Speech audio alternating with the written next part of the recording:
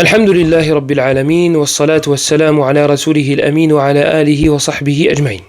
Alors il faut savoir que la science du hadith est une des sciences les plus nobles, car elle est en rapport avec le plus noble des hommes et la plus noble des créatures, le Muhammad sallallahu alayhi wa sallam. À travers sa sunnah, à travers ses paroles, à travers ses actes, à travers ses taqrirat, il y a la religion d'Allah. Il y a ce qu'Allah subhanahu wa ta'ala a interdit ou autorisé, ou bien légiféré.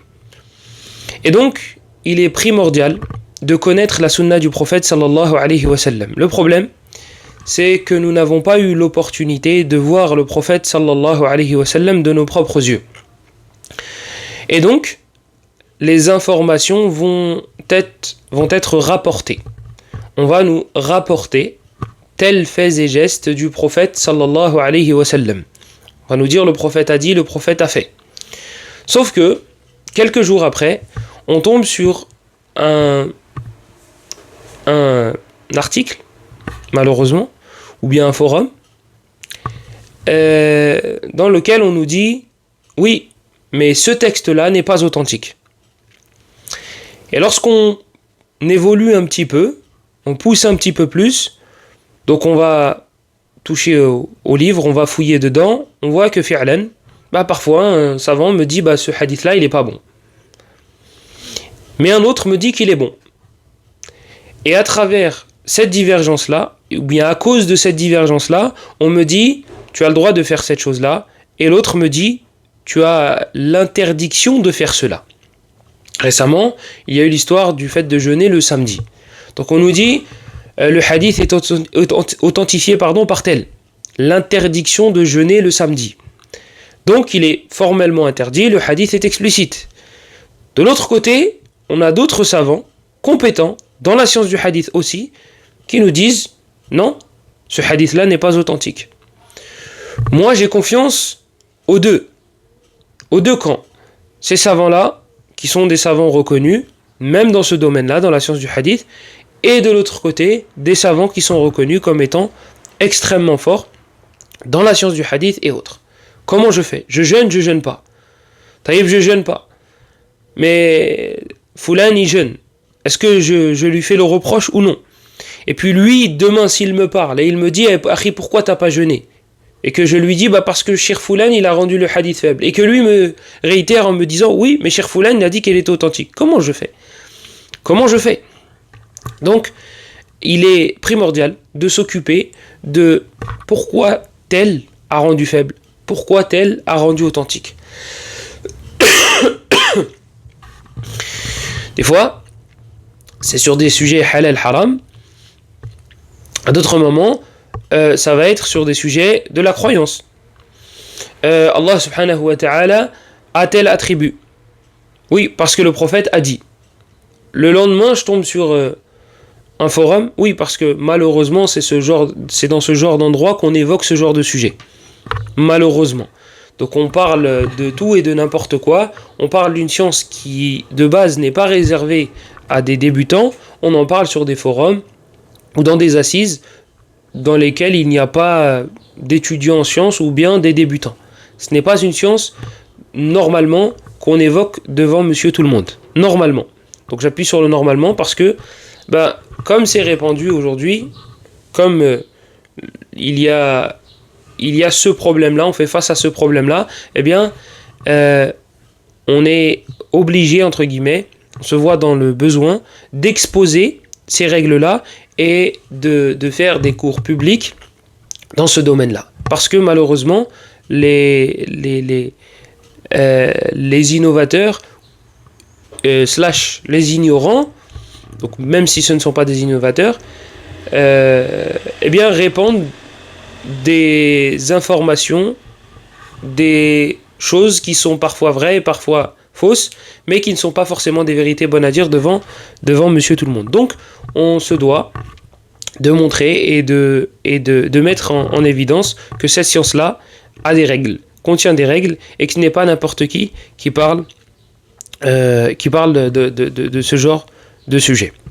Et même chez les savants du hadith, même chez les savants en général, c'était une science qui était rare, qui était convoitée par les plus motivés parmi les étudiants en sciences.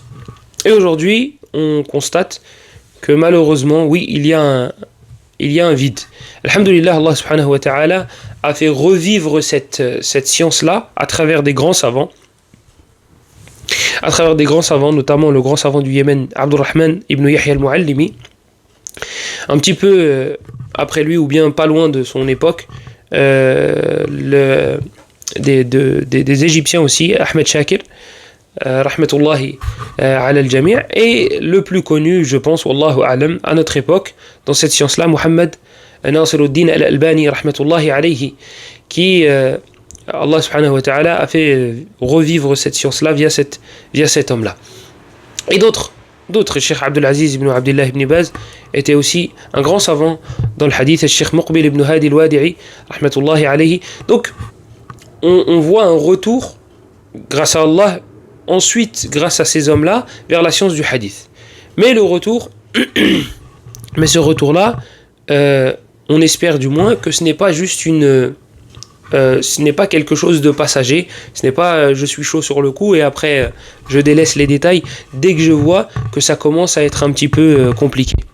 D'accord ? Parce que c'est une science qui n'est pas forcément très facile. C'est une science qui est réservée aux passionnés parmi les étudiants.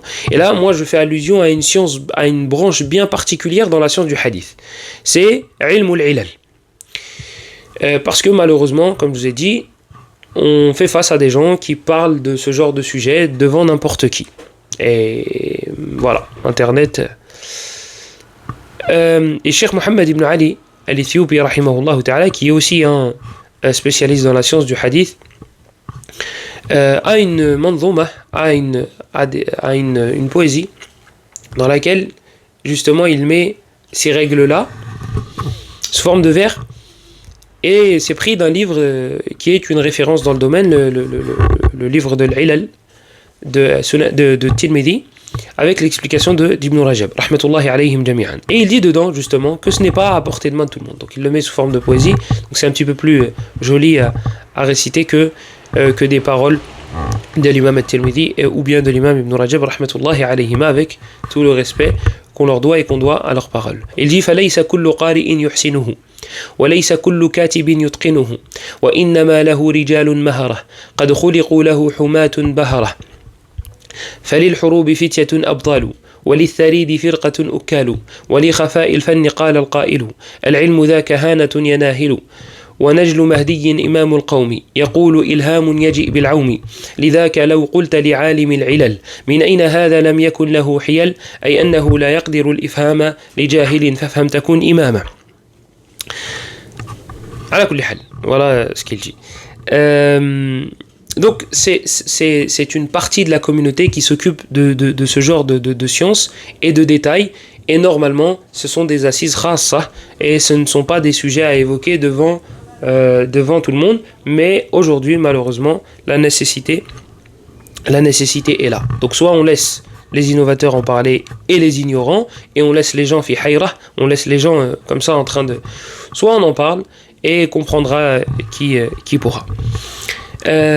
Donc c'est une science qui est assez rare et qui n'est pas forcément à portée de main de tout le monde. ثم عراه الوهن حيث عز رواده فلم يجد معزا فكاد ينهار بناء أهله لكنه سبحانه بفضله أقام في كل العصور طائفة تنشره حتى تجيء الآزفة. Et cette science-là touche toutes les matières. Comme le disait Ibn Hajar, rahmatullahi alayhi, ceux qui étudient le tafsir, ceux qui étudient la science qui est en rapport avec l'explication du Coran. Donc on explique le Coran par le Coran. Il n'y a pas de problème là-dessus. On explique le Coran par la sunna aussi. Dans la sunna, il faut qu'elle soit authentique. Et comment savoir si ce texte-là est authentique ou non? Tu as besoin des qawa'id, tu as besoin des règles des savants du hadith. On explique le Coran avec les paroles des compagnons du prophète sallallahu alayhi wa sallam. Taïb, toi tu as vu Abu Bakr et Omar et Uthman et Ali, radiyallahu anhum jami'an, tu ne les as pas vus. Tu n'as pas vu Abu Huraira, tu n'as pas vu Uthman, tu n'as pas vu Az-Zubayr, Talha, pardon, tu ne les as pas vus. Taïb, donc si j'ai une parole de Ali ibn Abi Talib sur un verset, ou d'Ibn Abbas ou d'Ibn Mas'ud, comment je fais pour savoir si il a réellement dit cette parole ou non? J'ai besoin des règles des savants du hadith. Taïb, dans le tafsir des tabi'in, un tabi'i, un des élèves des compagnons, me dit ce verset-là veut dire ça. Donc Al-Hassan al-Basri par exemple, il me dit ce verset-là veut dire ça. Comment je fais pour savoir si la parole remonte jusqu'à Al-Hassan al-Basri ou non, si elle est authentique ou non? On peut faire la même chose avec la croyance. Donc on s'affilie à la croyance des pieux prédécesseurs. Taïb, wa ma adrak. Et qui te dit que ce pieux prédécesseur-là avait cette croyance-là? Moi je trouve dans tel livre, on me dit les pieux prédécesseurs avaient cette croyance-là. Dans un autre livre, on me dit l'inverse. Et comment je fais moi pour savoir si c'est lui ou lui qui a raison? Moi je les ai pas vus les pieux prédécesseurs.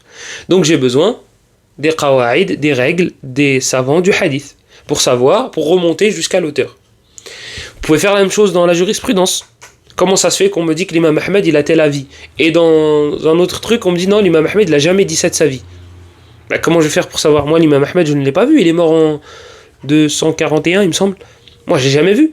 Donc, dans le fiqh, j'en ai besoin aussi. Et puis le fiqh, sur quoi ça repose? Halal, haram. Sur les hadiths du prophète. Taïb, hadith du prophète, il est authentique ou il n'est pas authentique? On revient au même problème. Taïb, parfois il n'est pas authentique. Mais les savants, qatibatan, l'ont accepté ce hadith-là. Je comprends pas. Le hadith, il est faible. Comment ça se fait qu'ils l'ont quand même accepté? Pour répondre à ça, tu as besoin d'étudier les règles des savants du hadith. Même le hadith, il est faible, ils ont œuvré avec. Taïb, pourquoi? Il y a plusieurs raisons. Des fois, ça peut être un compagnon, ou bien les compagnons, qui ont œuvré avec ce hadith-là. Donc, mais ils n'ont pas dit le prophète a dit. Mais ils sont tous d'accord sur le ma'na, ils sont tous d'accord sur le sens. Pareil, on revient au même problème. Comment moi je fais pour savoir que les compagnons sont d'accord sur le sens de ce hadith-là, sur le contenu de ce hadith-là? Faut que je fouille dans les chaînes de transmission qui remontent jusqu'aux compagnons. Je peux pas faire comme Sophia, je mets un drap sur ma tête et je ferme les yeux et je dis ah ça y est, j'ai vu Abu Bakr, j'ai vu Omar et j'ai vu Ali, ils m'ont dit que c'était bon. Je peux pas. Et je peux pas baser mes ahkam sur des rêves, sur des ro'a. J'ai dormi et j'ai vu tel. Et il m'a dit que c'était bon. Non, on a des règles. On a des règles. C'est le contrôle technique. On passe le hadith au contrôle technique. Comme la voiture. On analyse et on voit si on accepte ou on n'accepte pas. Et comme je vous ai dit, des fois on peut analyser et on peut dire ah, là le hadith il a un gros problème. Et malgré cela, les savants œuvrent avec. Et ça vous le voyez beaucoup dans Sunan at-Tirmidhi. Tu dis le hadith il est faible, ou al-amalu alayhi. Mais les savants œuvrent avec. Pareil, lorsqu'un hadith il est authentique, comment tu sais? Oui, non. Pourquoi il est authentique? Tu dis le hadith il est rapporté par al-Bukhari. D'accord. Le hadith il est rapporté par al-Bukhari. Moi je suis d'accord avec toi. Ce qu'il y a dans le Bukhari comme un hadith musnada, le hadith il est authentique. Je suis d'accord avec toi. Taïb, t'es en face d'un gars qui te dit non, il n'est pas authentique. Tu vas dire si il est authentique? Non, il n'est pas authentique. Et vous allez vous balancer comme ça Lui, il risque de te dire, il risque de te balancer, il n'est pas authentique parce que. Yallah, comment tu vas t'en sortir avec cette info-là? Avec l'info, parce qu'il y a l'A'mash dedans. Et l'A'mash, il a ça comme défaut. Toi, si tu t'es contenté de la surface, tu vas pas pouvoir lui répondre. Tu vas pas pouvoir lui répondre. Et malheureusement, on fait face à ce genre de problème aujourd'hui. C'est qu'il y a des gens qui allument leur caméra et qui te disent dans le Bukhari, il y a des hadiths qui sont faibles. Pourquoi? Parce qu'il y a tel dans sa chaîne de transmission, ou parce qu'il y a une coupure dans sa chaîne de transmission. Toi, qu'est-ce que tu vas répondre? Non, il est authentique parce qu'on m'avait dit que dans le Bukhari, les hadiths, ils étaient authentiques. Tu peux pas répondre de manière moujmel comme ça. Tu ne peux pas. Si tu as un gars qui vient de dire ça, il faut que tu sois convaincant. Il faut que tu sois convaincant pour autrui. Mais toi en premier lieu.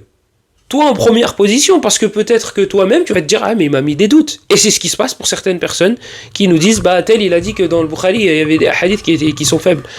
Comment on lui répond? Si tu as 6 heures devant toi, on va pouvoir parler. Parce que c'est un art, c'est une science. Ça a besoin de règles encore une fois. Tu peux pas expliquer comme ça en 2 minutes. Et cette science que tu vas apprendre, sache que c'est la sunna de ton prophète sallallahu alayhi wa sallam que tu vas défendre.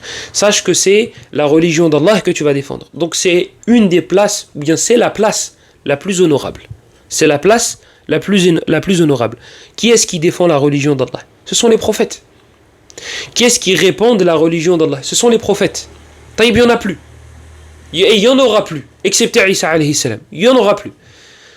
Donc toi, tu prends la place des prophètes, des héritiers. Donc tu es un des héritiers du prophète ou des prophètes alayhim as-salatu was-salam. Et la meilleure manière d'apprendre cette science-là, c'est ce qu'on appelle al-mumarasa. C'est le fait on va dire ça comme ça, d'être sur le terrain. D'être sur le terrain. Ça veut dire que je vais prendre un hadith et je vais appliquer les règles à travers ce hadith-là. Ce hadith-là, certains savants disent qu'il est faible. Parce que. D'autres savants disent qu'il est authentique. Parce que. Et ces savants-là, ont répondu à cela de cette manière et de cette manière et de cette manière. En faisant ça avec un hadith, 2 hadiths, 100 hadiths, 200, 300, tu vas avoir une malaka. Tu vas développer une certaine maîtrise. Plutôt que d'avoir tout le temps en face de toi des qawa'id, des règles que tu n'appliques jamais. Et ça, c'est vrai pour le hadith comme c'est vrai pour les autres matières. Dans la jurisprudence, tu vas étudier des chapitres, tu vas étudier des masaïl, tu vas étudier des sujets. On te dit, ça c'est halal parce que. Et on te ramène l'avis de l'imam Ahmed, et on te ramène le hadith, etc. L'étape d'après, ce qui est conseillé de faire, c'est de voir les fatawas des ulama, de regarder comment les savants répondent aux questions lorsqu'on leur expose un fait. Voilà, il s'est passé ça, il s'est passé ça, il s'est passé ça. Yachir, c'est quoi le hukm? Toi, tu as déjà étudié le sujet. Sauf que la question a été tournée. Sauf que la question, il y a un élément en plus. Il y a un élément en moins par rapport à la mas'ala que toi, tu as étudié. Comment le cheikh il va répondre? Comment le cheikh va utiliser le dalil que toi, tu connais, le hadith que toi, tu connais, la preuve que tu connais depuis des années, comment il va l'utiliser pour ce sujet-là?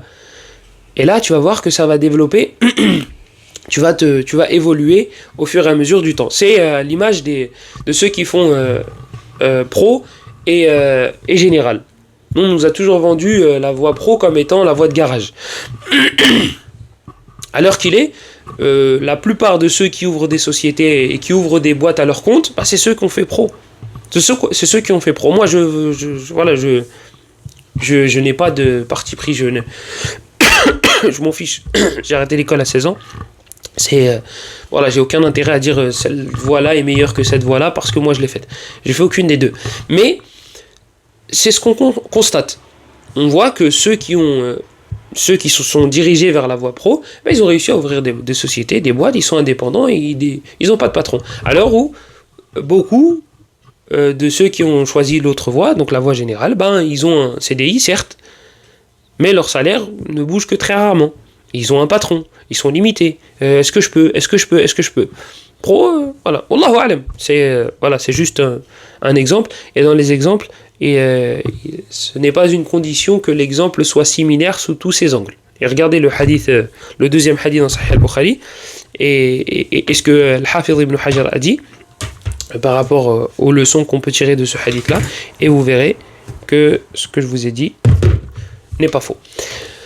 وصلى الله وسلم وبارك على نبينا محمد وعلى آله وصحبه أجمعين والحمد لله رب العالمين.